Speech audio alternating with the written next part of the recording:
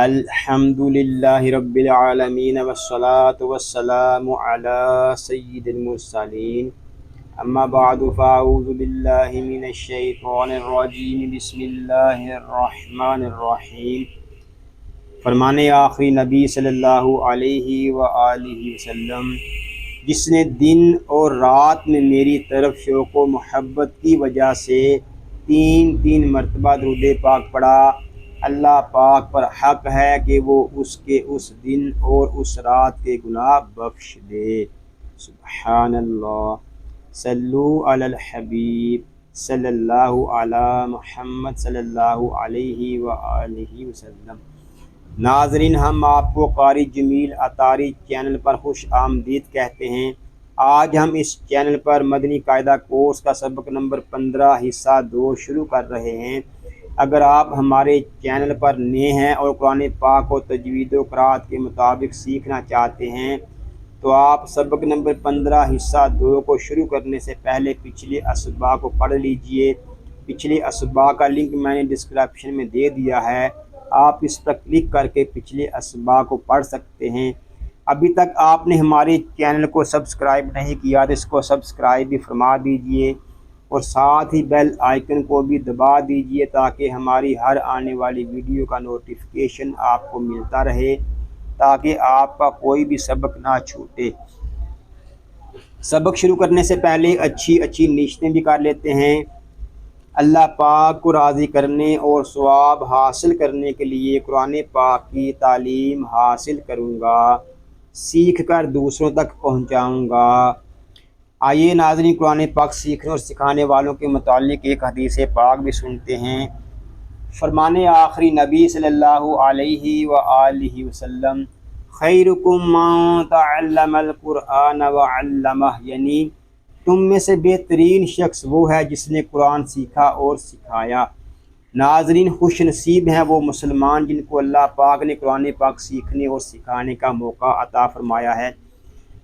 آئیے ہم اپنے سبق کا آغاز اس دعا سے کرتے ہیں کہ اللہ پاک ہمیں احسن انداز میں اس کورس کو مکمل کرنے کی سعادت عطا فرمائے، آمین، بجاہ النبی الامین صلی اللہ علیہ وآلہ وسلم۔ پڑھیے، اعوذ باللہ من الشیطان الرجیم، بسم اللہ الرحمن الرحیم۔ فا زبر فا، ہا میم میم پیش ہم، فہم۔ یہاں میم مشدد ہے، اس میں شروع ہی سے غنہ کریں گے۔ فہم، میم قاف پیش مق، فہم مق، اس کو فہم مق نہیں پڑھیں گے کیونکہ قاف ساکن ہے تو اس میں قلقلہ خوب ظاہر کریں گے۔ فہم مق، میم زبر ما، فہم مق ما، حا واو پیش حو، فہم مق محو، نون زبر نا، فہم مق محونا۔ میم ساکن میں ادغام شفوی مع غنہ، میم شدد میں غنہ، قاف پر قاف ساکن میں قلقلہ، واو مدہ۔ یہاں میم ساکن میں ادغام شفوی اس لیے ہو رہا ہے کہ میم ساکن کے بعد دوسرا میم آ گیا ہے۔ میم شدد میں غنہ اس لیے ہو رہا ہے کہ میم شدد میں ہمیشہ غنہ ہوتا ہے۔ قاف اس لیے پر ہے کہ یہ حروف مستعلیہ میں سے ہے، اور اس میں قلقلہ اس لیے ہو رہا ہے کہ قاف حروف قلقلہ میں سے ہے، اور جب حروف قلقلہ ساکن ہوں تو ان میں قلقلہ خوب ظاہر ہوگا۔ واو مدہ اس لیے ہو رہا ہے کہ واو ساکن سے پہلے پیش آ گیا ہے۔ لام زبر لا، کاف میم پیش کم، لکم، دال یا زیر دی، لکم دی، نون پیش نو، لکم دینو، کاف میم پیش کم، لکم دینکم۔ میم ساکن میں اظہار شفوی بلا غنہ یا مدہ۔ یہاں میم ساکن میں اظہار شفوی اس لیے ہو رہا ہے کہ میم ساکن کے بعد حرف با اور میم کے علاوہ دال آ گیا ہے، یا مدہ اس لیے ہو رہا ہے کہ یا ساکن سے پہلے زیر آ گیا ہے۔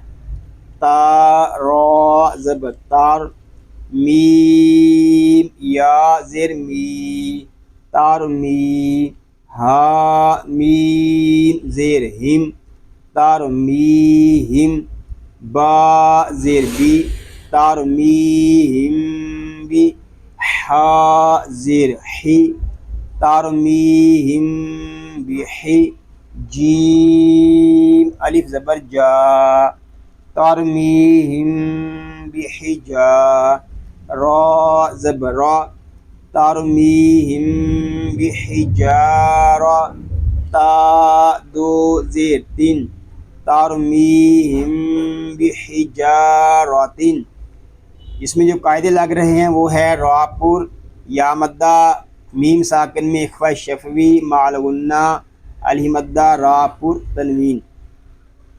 یہاں را اس لیے پر ہے کہ را کے اوپر زبر آ گیا ہے، میم ساکن میں اخفاء شفوی اس لیے ہو رہا ہے کہ میم ساکن کے بعد حرف با آ گیا ہے، الف مدہ اس لیے ہو رہا ہے کہ الف سے پہلے زبر آ گیا ہے، را اس لیے پر ہے کہ را کے اوپر زبر آ گیا ہے۔ حمزہ زبر آ، لام میم زبر لم، علم نون شین زبر نش، علم نش، را حا زبر رح، علم نشرح، میم ساکن میں اظہار شفوی بلا غنہ را پر، واو زبر وا، ہا میم میم پیش ہم، فاہم شروع ہی سے غنہ کریں گے، فاہم واہم، میم عین پیش مع، واہم مع، را زیری، واہم معری، ضاد واو پیش دو، واہم معرضون، نون زبر نا، واہم معرضون، میم ساکن میں ادغام شفوی مع الغنہ، میم شدد میں غنہ، را بریک ضاد پر واو مدہ، واو زبر وا، خا زبر خا، وا خا، لام قاف زبر لق، وا خالق، نون کھڑا زبر نا، وا خلقنا، اس کو وا خلق نا نہیں پڑھیں گے بلکہ قاف ساکن ہے، اس میں کلکلہ خوب ظاہر کریں گے، وا خلقنا، کاف میم پیش کم،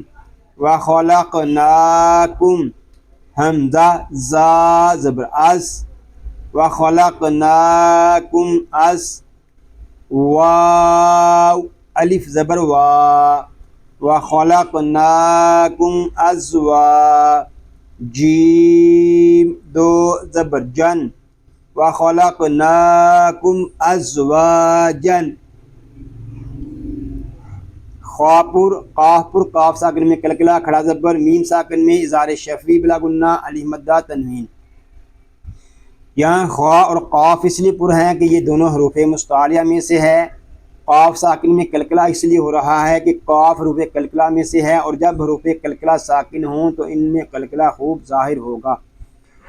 میم ساکن میں اظہار شفوی اس لیے ہو رہا ہے کہ میم ساکن کے بعد حرف با اور میم کے علاوہ حمزہ آ گیا ہے، الف مدہ اس لیے ہو رہا ہے کہ الف سے پہلے زبر آ گیا ہے۔ واو زبر وا، میم الف زبر ما، وما، ہا میم پیش ہم، وما ہم، با زیر بی، وما ہم بی، میم حمزہ پیش مو، وما ہم بمؤ، میم زیر می، وما ہم بمؤمنین، نون یا زیر نی، وما ہم بمؤمنین، نون زبر نا، وما ہم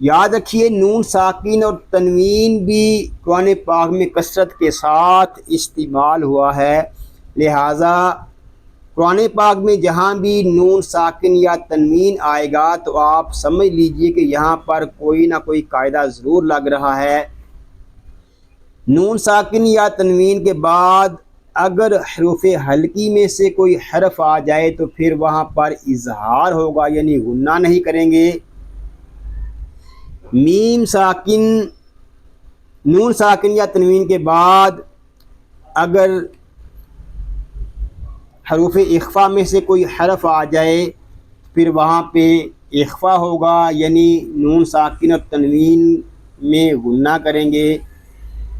نون ساکن یا تنوین کے بعد اگر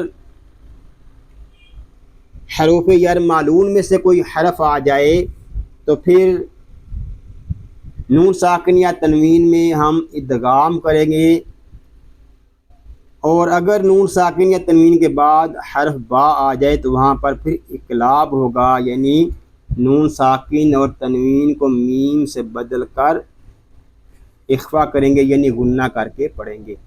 ناظرین، میں کوشش کر رہا ہوں کہ آپ کو آسان طریقے سے قواعد وغیرہ سمجھا دیے جائیں تاکہ قرآن پاک پڑھتے ہوئے آپ کو کسی قسم کی پریشانی نہ ہو۔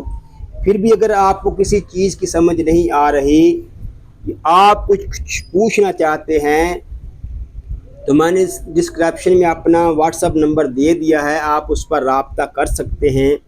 ناظرین یاد رکھیے جو سوال ہے یہ علم کی چابی ہے، جو زیادہ پوچھتا ہے وہ زیادہ سیکھتا ہے، لہذا اگر آپ کے ذہن میں کوئی سوال آ رہا ہو تو آپ ضرور اس کو پوچھیے، آپ کے علم میں بھی اضافہ ہوگا اور آپ کے ساتھ ساتھ دوسرے مسلمانوں کا بھی بھلا ہوگا۔ آگے با عین زبر با، ضاد پیش دو بعدو، کاف میم پیش کم بعدکم، با زیر بی بعدکم بی، با عین زبر با بعدکم ببع، ضاد دو زیر دن بعدکم ببعد۔ اس میں جو قاعدے لگ رہے ہیں وہ ہے ضاد پر میم ساکن میں اخفاء شفوی مع غنہ، ضاد پر تنوین۔ ناظرین یہاں ضاد اس لیے پر ہے کہ یہ حروف مستعلیہ میں سے ہے، میم ساکن میں اخفاء شفوی اس لیے ہو رہا ہے کہ میم ساکن کے بعد حرف با آ گیا ہے۔ تنوین اس لیے ہے کہ دو زیر کو ہم تنوین کہتے ہیں، اور اگر یہاں پر ایک زیر ہو تو اس کو پھر کیا کہیں گے؟ حرکت کہیں گے۔